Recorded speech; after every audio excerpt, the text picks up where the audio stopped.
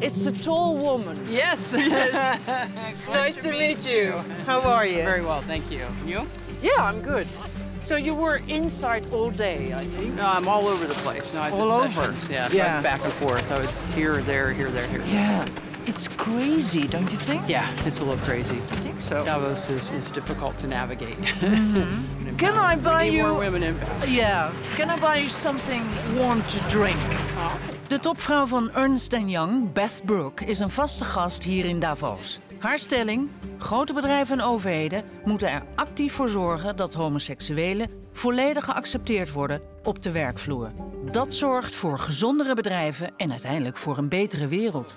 This year, we are having balanced growth around the world. The issue is, what kind of growth? With milk? Without milk? Without. Is it going to be growth that brings everyone along? Is it inclusive growth? Or is it going to be growth that further widens income inequality? So the elites get richer and more people fall behind. And I think the path we're on is that without intervention, we're on that path of the richer get richer and... Hey, Sasha. Yes. Good, how are you? More people get left behind, and then income inequality ultimately becomes politically unstable. Ik ben natuurlijk vooral benieuwd naar het persoonlijke verhaal van Beth. Hoe is het haar vergaan toen ze uit de kast kwam? So I was married to a man for 13 years. Started my career at EY, a predecessor firm, but EY.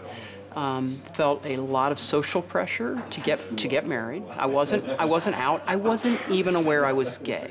And had you asked me then, I would not have known. No. I would not have known. Just no knowledge about this. I mean, no knowledge. It's complete denial because I grew up in a place where it was not socially acceptable. Right. So. But no feelings. Oh, I had feelings, but never acted on them. Right. So, and worked in Indianapolis, Indiana, in that office for 10 years, got transferred to Washington, D.C.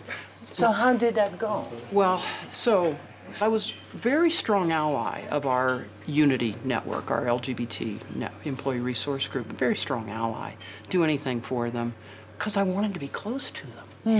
But yet I'm a straight ally, right? But I personally just wanted to be close to them because the project was running something called a campaign called It Gets Better. So companies were going to have to do videos. Companies were going to do videos to talk to gay teenagers about how life gets better. I think the best thing that I didn't know that I would have open to me that I've actually been able to experience is that I am legally married. Sticking around and not causing harm to myself and believing in myself, I've had the opportunity to just meet some really cool people. I have a lot of clients on Wall Street, and I feel very comfortable talking about my life. 5 or 6 of our LGBT professionals are going to tell their story about how life for them got better at EY. And Beth, will you be the senior executive closer on the video? Just you close the importance of this to EY. And I'm like, sure, I'll do that. As a straight ally, I'll do that. If I could talk to the 14-year-old Alexia and tell her that 20 years from now, you are going to be a successful CPA for one of the greatest firms in the world, and you're gonna have colleagues who like you exactly how you are, she would be thrilled. And I get to the script of what I'm supposed to read, but I remember reading it and going, that's not what I'd say. If I was being authentic and honest and true, that is not what I would say.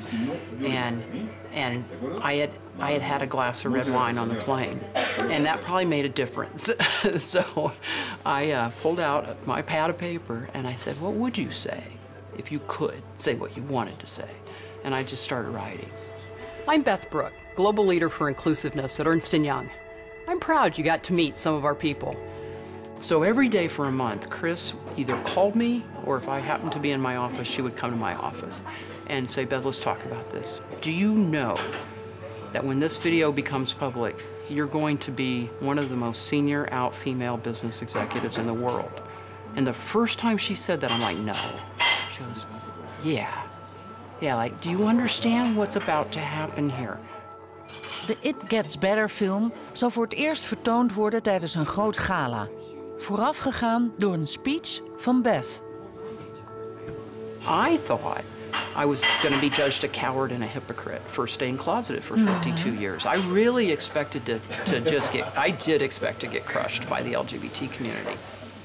You got to I know what I'm going to say. I get 3/4 of the way through that speech, and there's a sentence in there, and it says, as a leader who is gay, comma, and then go on to say whatever I was going to say. All I know is that phrase, as a leader who is gay, was in that speech. So I get 3/4 of the way through there, and here it comes. I mean, I take a deep breath, like, here it comes. I'm going to do this. And I say, as a leader who is gay, and someone in the back of the ballroom yells, and I'm like, oh no, like, here it comes. And then somebody over here yells. I'm like, oh no, here it comes. And then all of a sudden, everybody starts clapping, everybody 5 minutes standing ovation. And I just stood there, and the tears were rolling, like, I didn't even understand what was happening, other than, in that moment, 52 years, God, I still can't talk about it. 52 years. Life goes from black and white to life in full color. In that moment, just in that instant, it's like the color turned on, and I became a person. I walked in your shoes. I'm gay, and I've struggled with that for many years. We all struggle differently, but we all struggle.